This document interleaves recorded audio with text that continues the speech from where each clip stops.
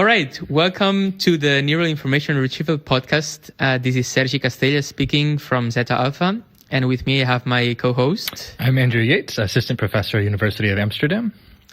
Cool, yeah, and we're here in the episode 3 to talk about this paper that I have here called Learning to Retrieve Passages Without Supervision by Ori Ram et al. From the University of Tel Aviv.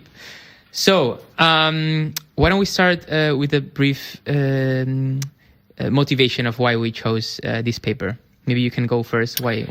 So there's been a lot of work in neural IR, and neural methods have improved retrieval quite a bit, but all of them use labeled data in some way or another. So maybe they train on MS Marco and then transfer to some other domain, but there's always labeled training data. So I think the motivation here is to try to get rid of that labeled training data. Mm-hmm.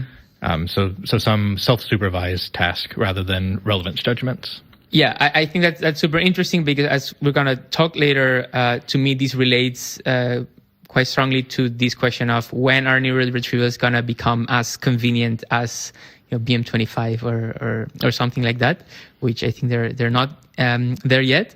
But these kind of works, I think, are really interesting to follow in that sense.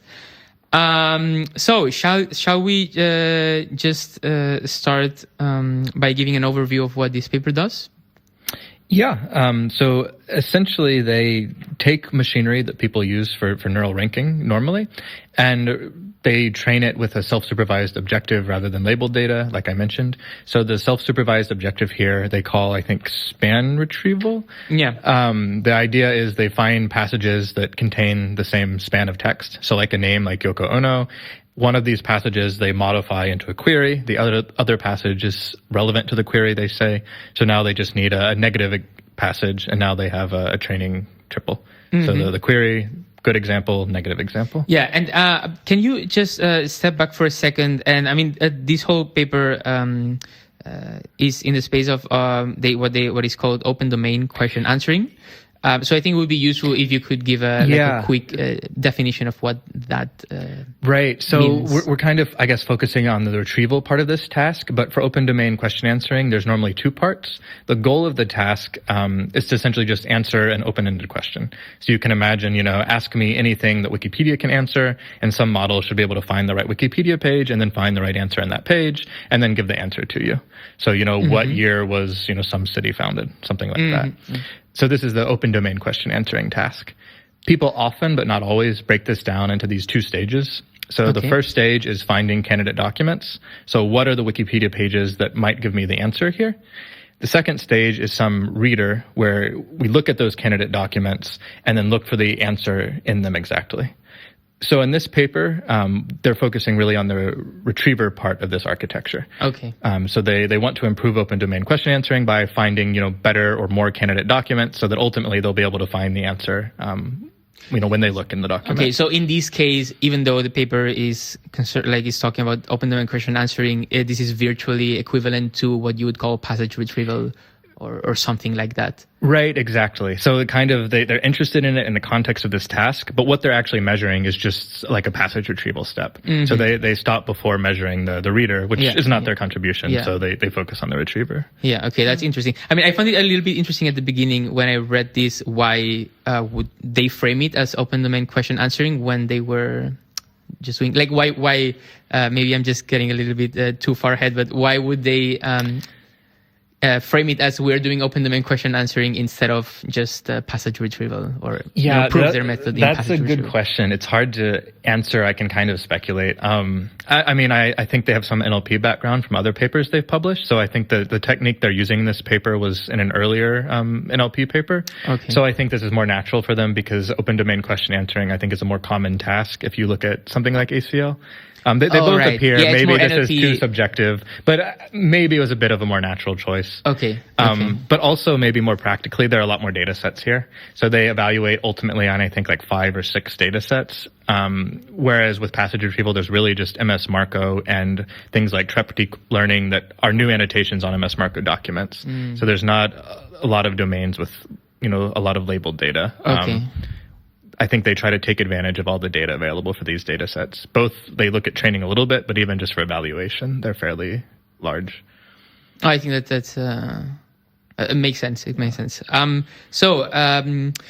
All right. If we start diving a little bit more into the related work section, I would like to ask you if you could sort of gloss over the. I mean, we've talked about this in the past, so I wouldn't want to spend too much time on this. But what are like the main families of retrieval kind of algorithms or models, and this distinction between supervision and self-supervision?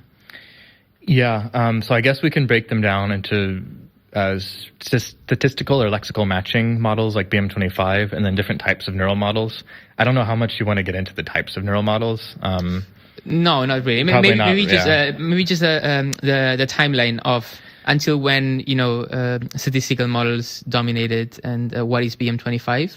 I think maybe, I don't know if you know a bit of the backstory of BM25, like why is it actually called BM25, and I don't. I don't have the perfect answer, but there were other BMs. So there was like a BM24, I believe. So I don't know exactly where the BM comes from. It's kind of interesting that it stuck so much, right? Yeah, they were experimenting with different ways, I think, to combine these TF and IDF signals. So all these, lexical matching or statistical models are combining term frequency and document frequency in different ways, essentially.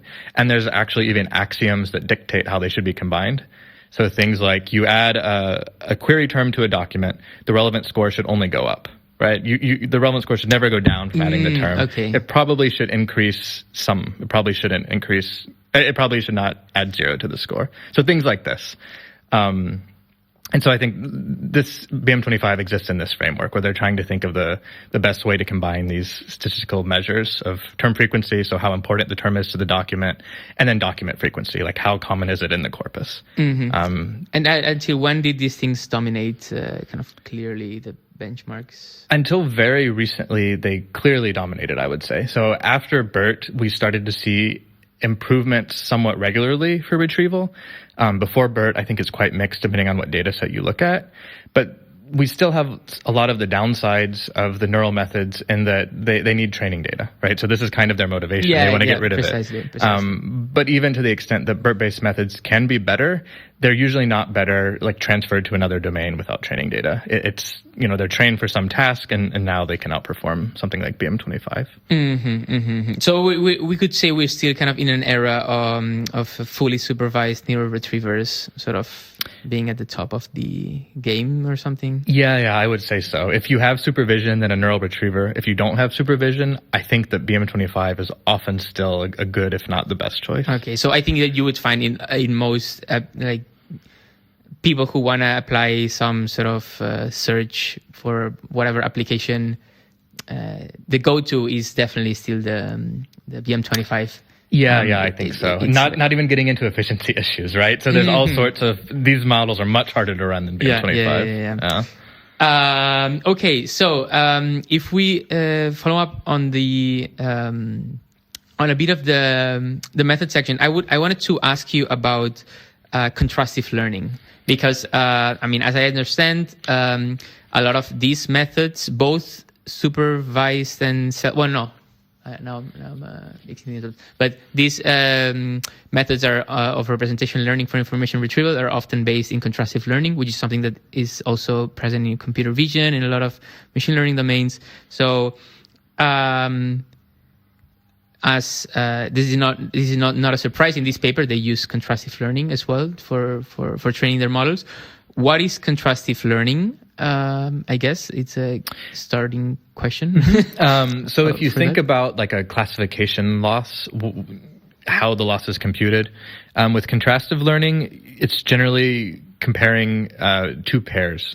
So like a query in a positive document has some score, say 1, and a query in a negative document, the same query in a negative document has another score, say 0. So in this case, much of the score is going to the positive document. The negative document got a very low score. So now your loss will be very low. But it's the idea that you're basically comparing these two quantities in the loss rather than taking, say, query positive document and then trying to classify this as relevant class, taking query negative document, trying to classify it as non-relevant class. which people do sometimes. But which is closer to what a re-ranker, like a second stage re-ranker would do, right? Yeah. Like a binary classification of relevance. Exactly. I think this is the most common way to train a re-ranker, and contrastive learning seems to be more common in this setting. At least in the re-ranker setting, from what I've seen, there's not a lot of difference, though. Either loss will work okay.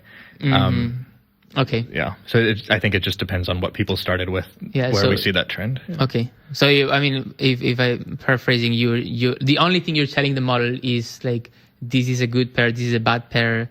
The good pair should be close to your query. The bad pair should be kind of pushed farther away or something. Right. Or you're trying to push the scores apart. So you're trying to say the good pair score should be much higher than the bad pair score. Okay. Yeah.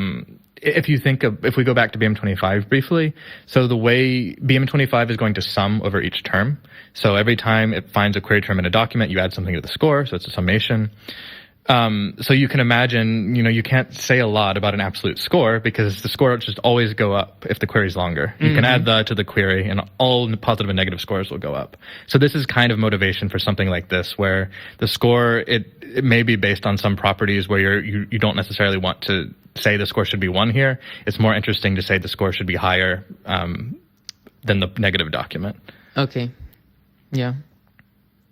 So if something that I wanted to quickly mention is one commonality that all of these models have is to have like a query encoder and a document encoder or something like that. Sometimes this encoder is shared, sometimes it's not. I've seen this nomenclature of calling it Siamese encoders or something like that, but I've sometimes found it a bit confusing because I feel like sometimes they use parameter sharing, like basically they have the same network, and sometimes they don't.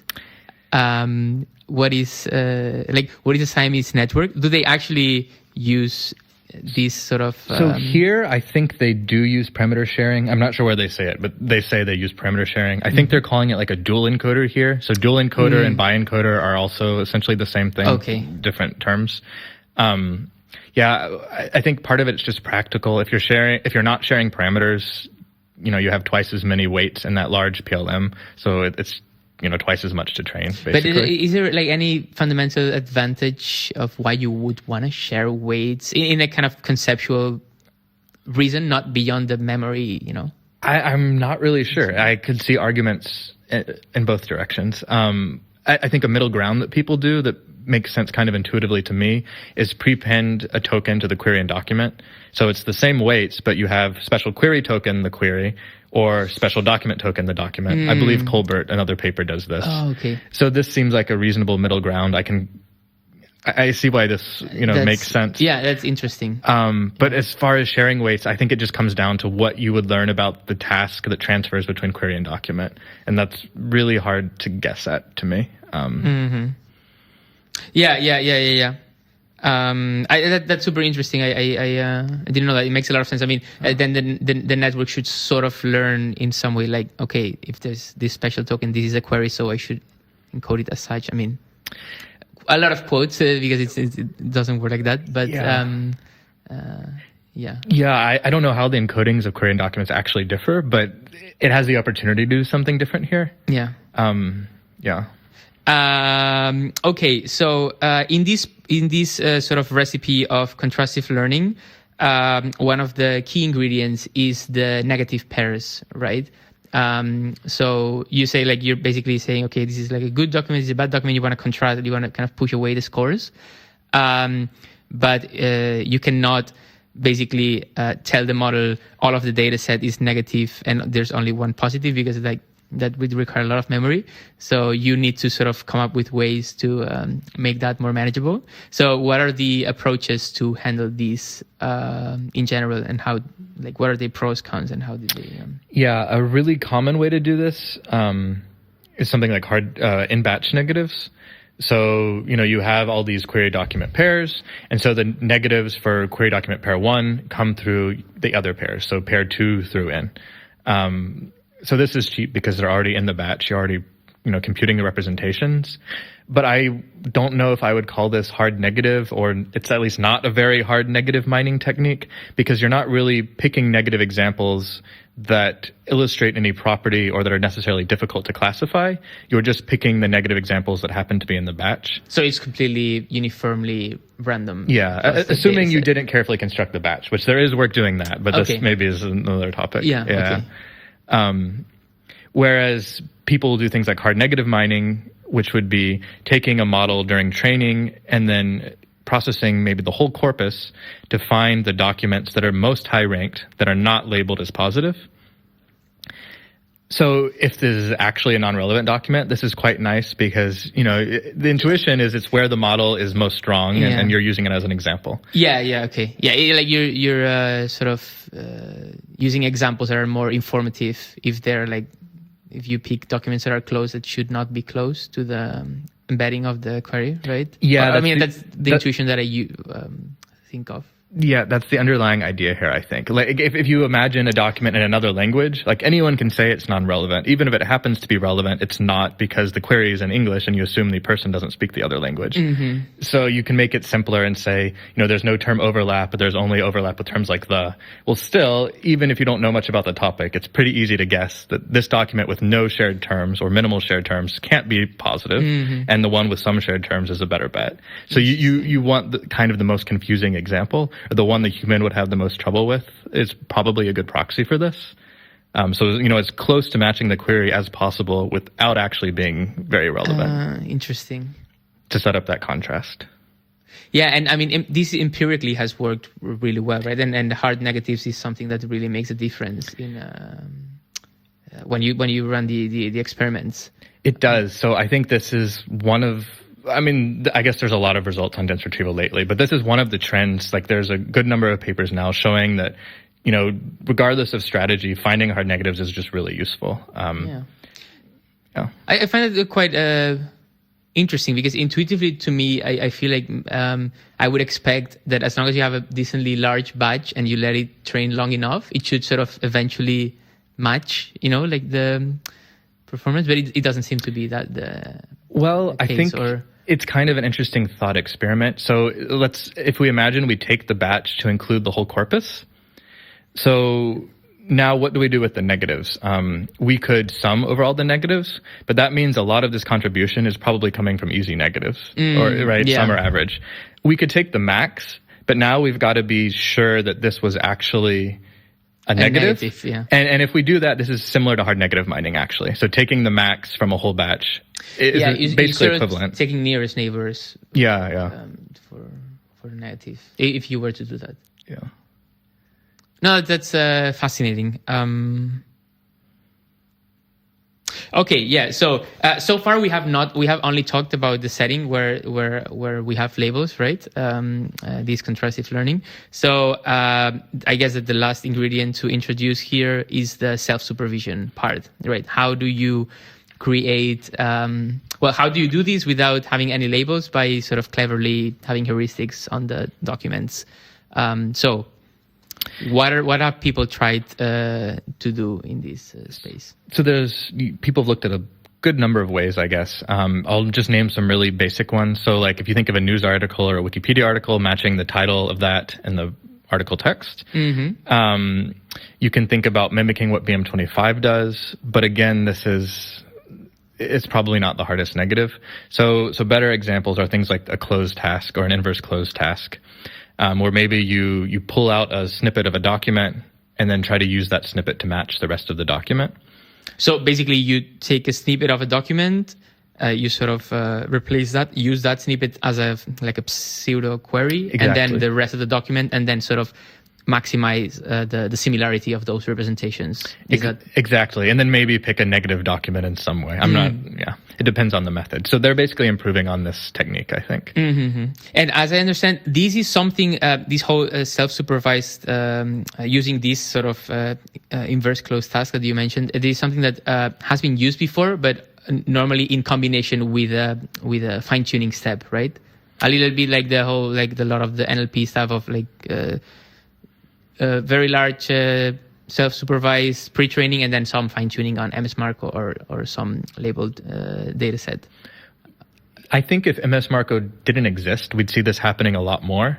It's hard, but it seems to be the case that just training on MS Marco is just as good as training on one of these like closed tasks and then fine-tuning elsewhere. So I think the fact that we have this data set with so many labels is kind of hiding how well these can work in other places. This is a really interesting point. Is it like, are you kind of saying a little bit like, if MS Marco didn't exist, we would have more the research on these things would be ahead? Oh, I didn't even mean it in that way. That I'm not at all sure about. Okay. But what I mean is that, so for example, if I train a model on a closed task, it maybe will come close to MS Marco's performance, but it doesn't beat it. So we don't really publish this. We don't really keep doing this because it's not quite as good as just using MS Marco, which we have. Yeah. So like I've experimented with people like Wikipedia and stuff. But that's a very I feel interesting point. As in, if there was more abundance of labels, there would probably be maybe less interest in self-supervised learning. But that's not the case. Right, yeah. But also without MS Marco, probably fewer people are interested in this at all because we wouldn't have all the evidence of things working so well, and so there would be fewer people going another direction. Maybe. Yeah, absolutely. Anyway, sorry for that slight detour. So, anything more that we should say about in a kind of a general sense, the self-supervision applied to this? I don't think I have anything offhand other than like the details of their recurring span retrieval task. Okay, yeah, we can. I think we can get that into that right now. So just let me recap. So right now the recipe for training dense retrievals that is kind of more standard is using these self-supervision tasks like ICT on some corpus, and then using some fine-tuning data set like MS Marco for fine-tuning that, and then or if the benchmark is provides a data set fine-tuning on whatever that is, right? Right. Or is that not? Yeah, I would say it's something like some sort of pre-training. So maybe that's IR-specific pre-training like this ICT, or maybe it's just masked language modeling, like a standard pre-training, probably followed by pre-fine-tuning on MS Marco, followed by fine-tuning on whatever the final domain is. Okay. I think is the somewhat standard So people are starting to get better self-supervision where the pre-fine-tuning on MS Marco is not as important. But it's if someone asks, I think you always take that option currently. Like it will only help. Okay, so you can have, you can have like masked language model pre-training, then some. Is that actually I don't know if you do, for instance, if you do inverse closed task pre-training, is it common to start from a pre-trained language model that has been trained on some masked language modeling kind of thing, or you just trained from scratch on ICT? That's true. People usually do start from a pre-trained language model. So it's actually adding like another pre-training step. So it's just like a whole stack of pre-trainings followed by fine-tuning. Yeah. So I think what you can do is something like MLM, fine-tune on MS Marco, fine-tune on your domain, or MLM, something like inverse close. Your performance is probably a bit worse than MS Marco, but maybe it works okay, and then fine-tuning on some other domain. At least that's what I understand from experiments I've run and so on. I don't think there's a lot of work publishing this ICT-type training in this domain, because like I said, it seems to be a bit worse than MS Marco. Yeah, okay. All right, so then that said, let's dive into the actual method that they propose here, because it's a bit like it has some details that are different from previous work. So what do they do here? So their basically idea here is to find passages that share something in common, so some span, turn one passage into the query, the other into the document. So they start with a span like Yoko Ono, for example. They find this in two passages. And then so in the passage they wish to become a query, they take like a window of 5 to 30 terms around this span. So you get something kind of like a query. So the example they have here, it says something about Lennon, songs, lyrics, and contents came from his wife, Yoko Ono. 2017, Yoko got co-writing credit. Something like that. So it's not at all a query, but you can see how in some ways it's similar to one. Yeah. And then they match this with some other paragraph talking about Yoko Ono. Optionally, they remove that span Yoko Ono from the query, or they don't. Interesting. So what's the motivation for having both options of keeping the recurring span versus not keeping it? At least intuitively to me, it probably makes sense as some sort of exact matching to encourage some sort of matching, and maybe some sort of term importance might be modeled. I'm speculating, obviously. Yeah. But I could see how keeping this Yoko Ono in there and would allow maybe the model to see that this is a very salient term and to try to match it against the other one. If you remove Yoko Ono, like in this example, it's topically similar, but it might be hard to say that the passage is relevant if you ask someone to annotate it. Intuitively, you want whatever retrieval model at some point to learn that if you search for a few keywords, you maybe want to find the same keywords in a document. So that sounds intuitively like reasonable to me. So how does this actually compare to the vanilla ICT? I think it may be the fact they have two paragraphs. So rather than taking one passage and forming a query end passage, relevant passage out of that, they're using separate passages for the query and relevant passage. That's my understanding, at least. Yeah, so I think people normally are using the same passage with some standard close. Yeah, precisely. Yeah, so that is actually quite a different conceptually, right, in how you construct.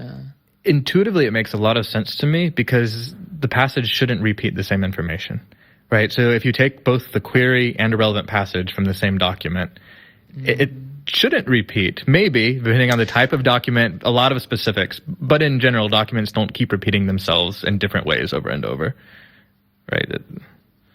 So this gives more hope, I think, of a close match to the query. Yeah, absolutely.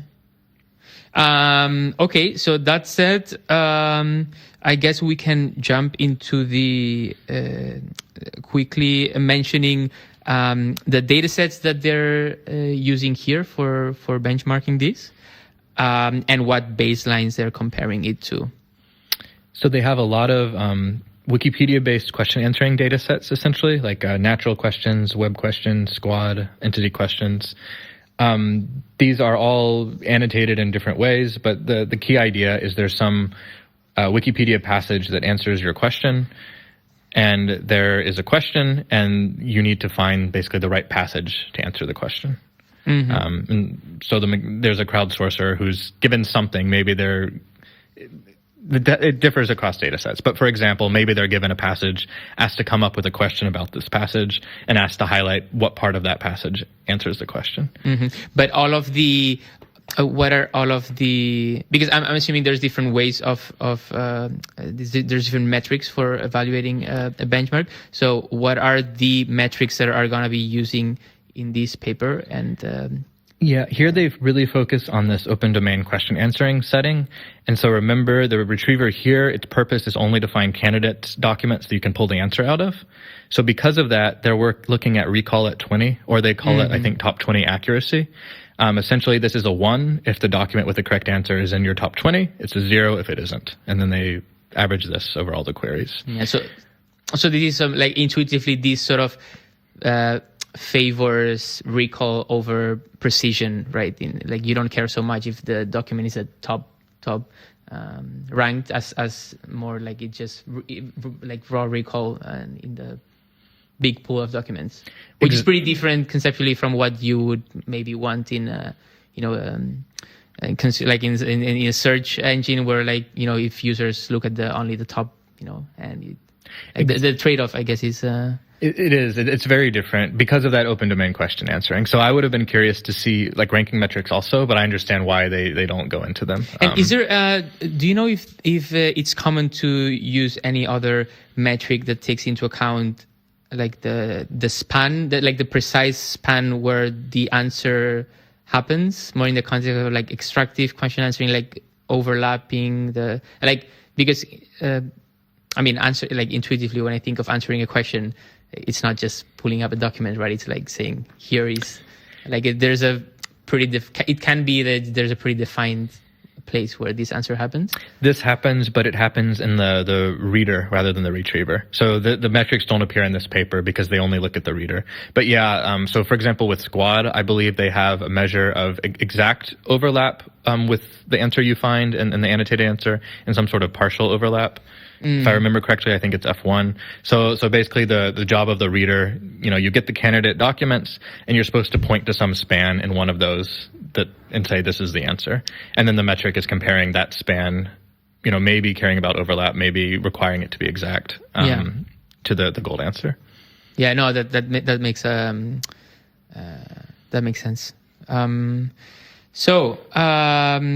Baselines. Yeah, quickly. Can we quickly go through the baselines? BM25, BERT, ICT, condenser. What are these models? Yeah, so BM25, I think we talked about. It's based on term statistics, a traditional effective model.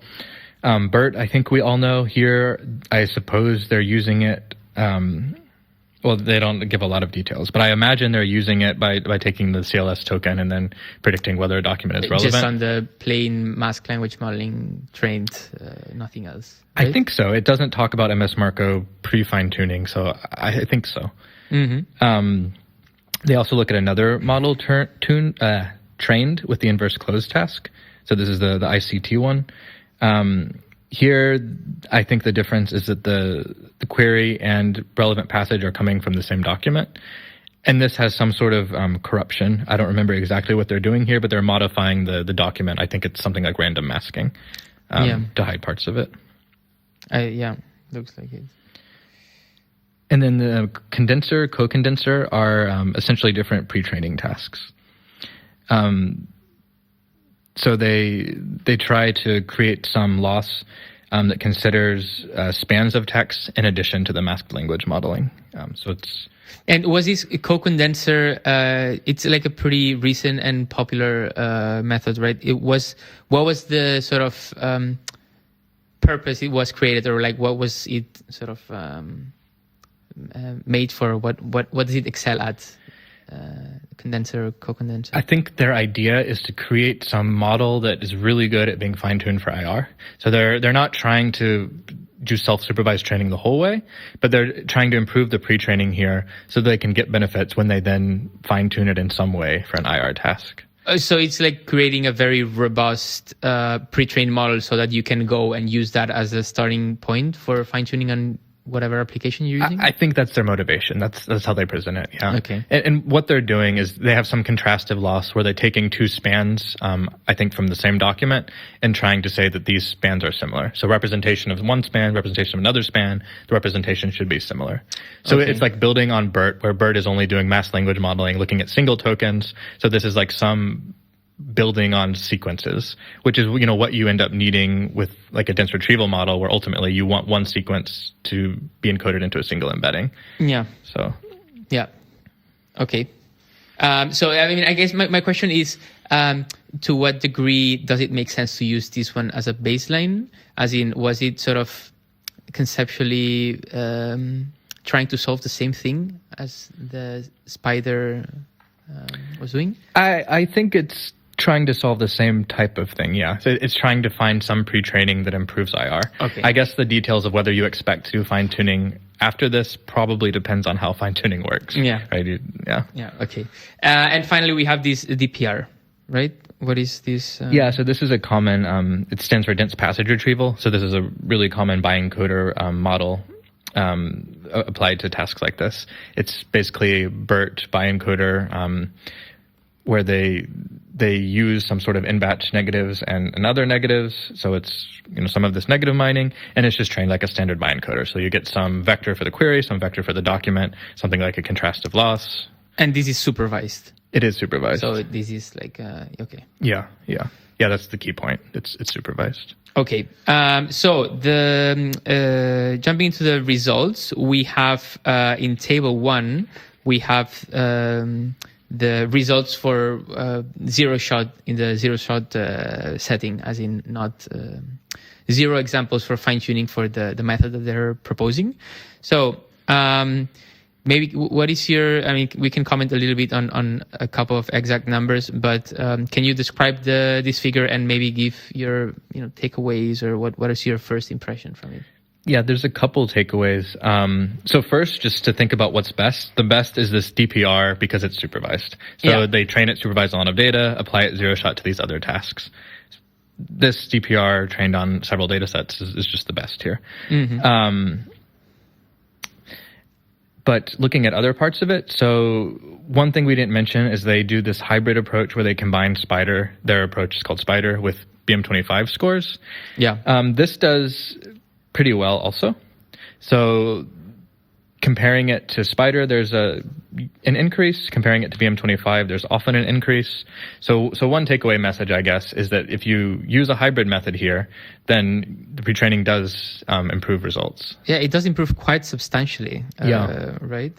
Yeah. So, and I mean, I think we haven't mentioned this before, but the hybrid version that they use is simply a combination of the scores with a scaling parameter, right? That they right, and the scaling parameter is just one because they say they don't want to tune it because it's a zero shot setting. So it's just a combination of the scores. Oh, they don't even. I was just gonna say they might use some development set to to use that. They say it's unrealistic, so we just set alpha to 1.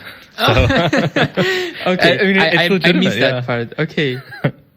Interesting.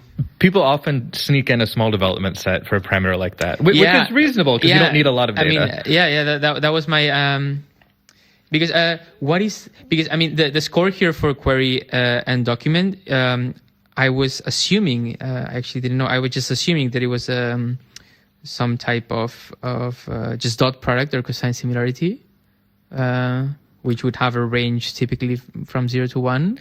I believe it's a dot product, so it could be... Okay, if it's not normalized, Right. Yeah, okay. But what... I'm just asking because right now I realize I don't have any good idea of what what BM25 score ranges look like. I have the same question of reading the paper. For BM25, we don't know because you can always add a term and the range will increase. It depends on what terms are in the query, how many of them, their IDFs, and so on. So it's not bounded, right? No. The score of BM25? No, it computes a score for every query term and sums them. Yeah. So it could, I just have you could always add a stop word to the query and get a higher score. Up to some point. So anyway, it seems to work really well with these. It would be really interesting to know what the distribution of their scores, these dot products, look like. I wonder if BM25 is having effect for all queries or if it's only having effect for some queries. Maybe occasionally they have a lower dot product and here BM25 has more influence. I don't know, but I think that this could be something interesting going on there. I mean, and I think this is interesting in the context. I think that we were talking last time on to what degree the future looked hybrid or neural retrievers kind of fully replacing. It seems like right now hybrid. I mean, it looks like it's quite. Surprisingly to me, maybe it's not that surprising, but it's very substantial improve with respect to any of the two methods separately. It is a big improvement over BM25 when they combine it. Exactly. So it does look like they have some sort of complementary... Definitely. And then maybe we should look at it without the combination. Exactly, yeah. So what do you see there? Yeah, so like BM25 only versus Spider only. Often, not always, BM25 is a bit better. It depends on the data sets, but there's a big gap for squad and entity questions, and the gaps on the other data sets are smaller. So I would say that BM25 is performing better here if we have to choose one or the other. Yeah, I mean, I would say the same. It's like it's pretty comparable and worse in other data sets. And I memean, I guess if you're being a bit... like trying to speculate on how these results are obtained, it does seem like it's more robust, right? Do you mean BM25? I mean in the sense that this is probably quite optimized for their models, but not so much for. I mean, I guess the question comes from a place of. It's kind of interesting how these threshold of surpassing BM25 is still, as of 2022, sort of this sort of gold, I don't know, like gold benchmark that is kind of a... It's very effective, right? Yeah. I mean, but part of it is it doesn't look at a lot, right? It's only looking at these statistical properties, and those are fairly general. It can't learn something that is good for one data set and will totally mess up performance elsewhere. Mm-hmm. Yeah. Absolutely. So the takeaway would be, I don't know if they claim to be better than BM25, but the takeaway would be still not better without labels. Right. Alone, it's not better, but maybe if you have a BM25 system, I could see someone looking at these results and saying, hey, maybe we should add spider to it. You could improve performance a bit. Absolutely. Absolutely. Yeah, I don't know. Anything else that you would want to add? I guess that something that would be interesting to see would be how the other hybrids compare to the spider plus BM25, right? Like if you get some sort of very similar boosts from combining the co-condenser with BM25 or something like that, you know, if it's something quite specific about spider that it really seems to capture some really, complementary thing that BM25 doesn't, or if it's, or if like pretty much any dense retriever. I think it also depends on the data set. So MS Marco, people use this so often, and it doesn't seem like the hybrid methods help a lot on MS Marco from what I've seen, at least in the context of re-ranking methods, where if you look at re-ranking methods on other data sets, adding BM25 almost always helps. Okay, you mean when you're doing like out of domain retrieval, BM25 hybrid helps, whereas when you are evaluating in the same domain as you trained, it doesn't? It's a bit different. So on the MS Marco dataset, BM25 doesn't seem to help. It's hard to do full retrieval on other datasets because they're not large enough. So it's hard to say what's going on. So in MS Marco, so the results on MS Marco are pretty much fully supervised and in domain results, right? I believe so. Yeah. To the extent people have experimented with BM25 plus another method, and again, I'm thinking of re-ranking methods mostly. This is what I know best offhand.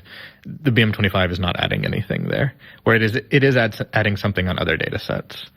So would it be a good characterization to say BM25 hybrid helps when you jump, like when your training domain and evaluation domain are different ones, like there's a substantial shift there? I think that should be true, yeah. So if you think about what could possibly happen, either the domains are so similar that training on the first data set is good enough and they will transfer well, or the domains are not that similar, in which case we know BM25 is pretty robust across domains. So it seems very likely to help in that case. So to me, either way, it seems like something to try, if not to default to, assuming that's what you care about, this performance, and you're okay with running two models and all of these issues. Yeah. I mean, of course, taking all of that aside. Are there other things that you want to mention about this first? I think we could results. move on to the other table. Absolutely. So they have these zero-shot settings also. So yeah, what is? Are you talking about table 2 or table 3? No. I think we could. Should we skip to table 3? I think so. Yeah, I think so also. That's fine. So in table 3, this is like a few shot setting. So they have in examples and in supervised examples that they use to train, and then they evaluate after training on that small number of examples. Mm-hmm. So here, what we see is that as the number of examples increases, the benefit of using the spider method decreases. So pre-training is useful in a zero-shot setting or in a low data regime, it seems like. But ultimately, the pre-training is not buying much when you have access to a lot of training examples. Yeah. I mean, this would seem to validate the kind of hypothesis that their pre-training task is superior as a standalone training for unsupervised dense retrieval, right? I think so, yeah. It is better than co-condenser in the lowest data regime, looking only 128 data points. And it's a bit better looking at a larger number, 1024. So I think this does support pretty reasonably, yeah. That is interesting, but it's also interesting to reflect on, like, okay, to what degree this is this task seems to be superior in the fully unsupervised setting. But if you only need, 128 examples to sort of bridge that gap, right? Does it really matter that much? Practically, maybe not. Scientifically, maybe it is useful because it points in the direction of a pre-training task that's working better. I think this is it's one step on the road, not the end of the road. So we can improve on this. Of course. Even with 1024 examples, it seems better than co-condenser often, not always. Okay. It depends if you look at natural questions or trivia QA. So on this trivia QA data set, I think it's always better than co-condenser.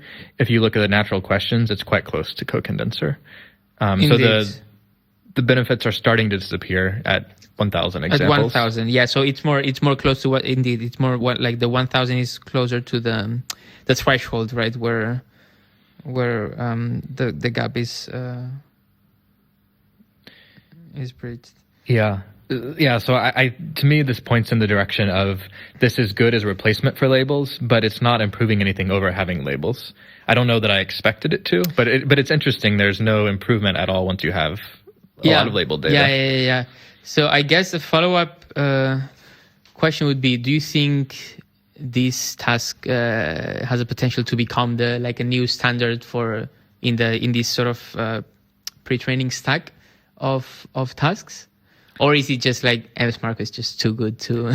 No. I think there's a lot of benefit in having better pre-training tasks, and I it's very early, but to me this seems like something that is here to stay at least for some time. Mm-hmm. So the idea: don't take the query and paragraph from the same document, use some recurring span to align two different documents, create them in that way. I think it's very intuitive to me, especially when you think about repetition in documents. Yeah, this always comes up for me.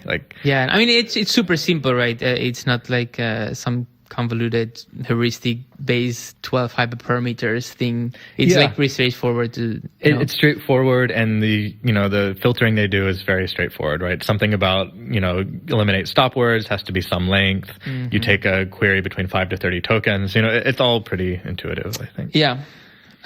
So I don't know. Do you have any other comments to make about table 3 before we jump into a little bit more of the? I don't know. I have a couple of points on a bit of a broader picture. I think we can jump into the high level ones. I think, like I said, the main takeaway here is that there are benefits. They start disappearing as you have more data. I guess that's not necessarily surprising, but it's interesting to see. Yeah. Okay, perfect. Yeah. So.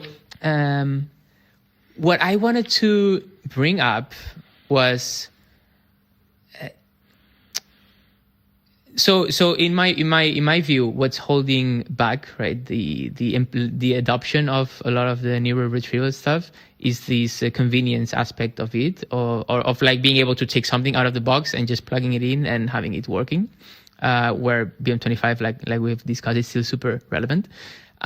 So my question is, in this sort of goal of getting something that works always out of the box really well, to what degree it's important that self-supervised tasks, to what degree it is important to be able to train self-supervised if you can do it with generic labels, like you guys said, training with MS Marco and generic labels seems to work really well. Why would we even want to train models without labels at all? That's a good question. Purely practically, maybe there's no need to train models without labels if your only interest is performance and MS Marco is transferring fine to your domain. I think what matters, though, is whether or not this is true.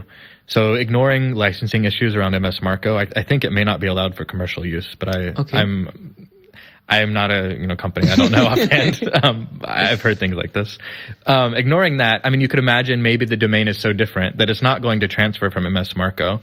And so if you have a self-supervised task, yes, it's not still quite out of the box, but you could run some training thing to create something with your data set that is now specialized to it that would not work with MS Marco. So I think maybe two angles here. One is being more robust to different domains. If there's somewhere where MS Marco probably doesn't transfer, maybe this can help there. Mm-hmm. And then the other issue is it's, I think, just scientifically interesting. How can we avoid this need for labels? Can we use both of them? Right. The ideal thing is we do some pre-training like this. It works great. You fine tune on MS Marco, works even better. And so now you're making use of the labels and some good pre-training. Yeah. But I mean, purely practically, if pre-fine tuning on MS Marco and then transferring to your data set works, purely practically, it probably doesn't make a difference. Yeah, right. Only practical matters. My perspective is like from the perspective of an engineer who just wants to get something up and running.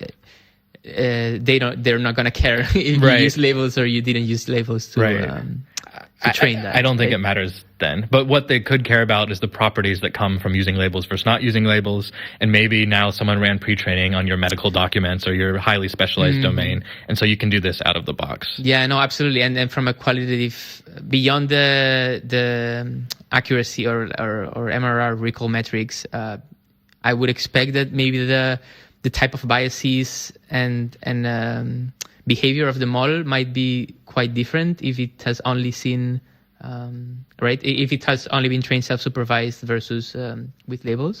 That's true, right. This is part of... So, for example, if we think about their task, if they always eliminate the recurring span, so they always eliminate Yoko Ono in the earlier example, we probably aren't going to get a great model out of it. And actually, I think they do an ablation that confirms this, because it's not going to have any good text matching properties. And the MS Marco labels are easier in that sense, that they are going to give you these properties by default. So I guess you can use MS Marco labels rather than trying to design a better pre-training task. Yeah. Do you have any? I mean, I guess do you have any either intuition or examples on what could be the failure modes of a model like this that has never seen labels, so to speak? If I was going to try to break this model, I would take a query and a lot of documents around the same topic, but not talking about exactly the same thing. So, there was this example, Yoko Ono. So I would have documents that have her name and Lennon's name in different ways. And depending on the query, maybe this topic match would be enough that the correct document wouldn't be identified. So I guess to restate what I'm saying in a less convoluted way is that looking at the examples here, the training seems to point to some sort of topic match. So maybe some sort of exact match of some salient terms like Yoko Ono, and then some sort of topic agreement. Yeah. So I have no idea if this model would break if I tried to create a confusing data set with many documents of the same topic. But that's where I would wonder about how robust it is. And their evaluation metric, top 20, I don't know how many documents there are of a topic also. I just have no intuition for this. Probably a lot more than 20, so I think this is reasonable. But there's a difference between saying this is a document that could be a good candidate versus saying this is the first document. Like normal ranking metrics, will heavily penalize you for getting the first document wrong. Yeah, absolutely. I mean, it would be really interesting to see these other metrics, right, beyond the recall and how that compares. But I mean, it sounds like a really interesting research question for someone else, who might No, I think it up. It's very interesting work, and it's a nice step in the right direction. It's really encouraging to see that pre-training is now, working fairly well. Especially combined with BM25. Okay, so I guess I can ask you, staying on this bigger picture thing, how do you see if you were to make a prediction of how the timeline looks assuming that some sort of neural retrieval stuff is going to become more mainstream into, just information retrieval in pretty much everywhere. How do you see that timeline happening, and how does this sort of work sort of make you be like more hopeful or less hopeful? Or I think this is a nice step in the right direction to outperforming BM25, not necessarily, like an 80% or a 50%, some massive improvement like we see with re-ranking methods. But I think looking at how close BM25 is on most data sets, things are, to me, they're getting fairly close to the point where you can consistently outperform BM25 robustly, not necessarily by a huge margin, but, by a significant margin.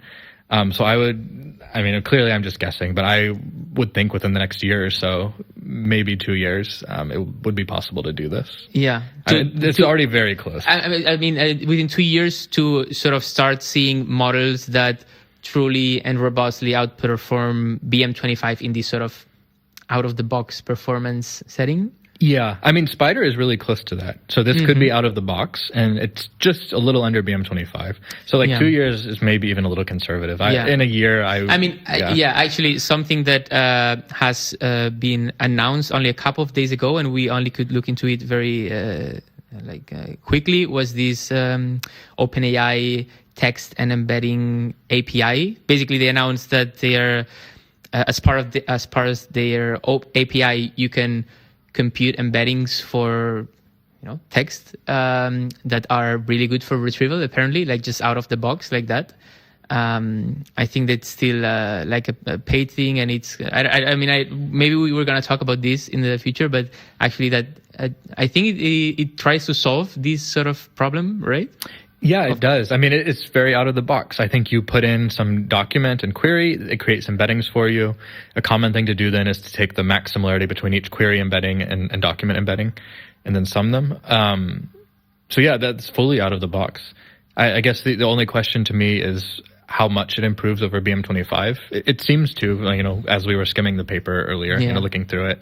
But I don't have a great sense of exactly where it lies. But it seems to already be making progress, if not have completed it. Yeah. It's definitely going to be interesting to look at that. We might talk about it in the future. But in my mind, it's also interesting that this whole space of having language models as a service, as a kind of business model, or just kind of as a paradigm of how these large language models are sort of exposed through an interface instead of the usual downloading a checkpoint and running it.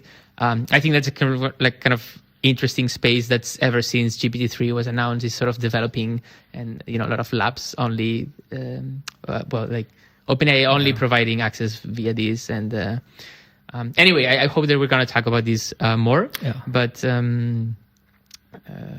don't know. Are there other topics that are... One final thought. We were talking about practicality, from the perspective, like an engineer who wants to deploy it. Yeah.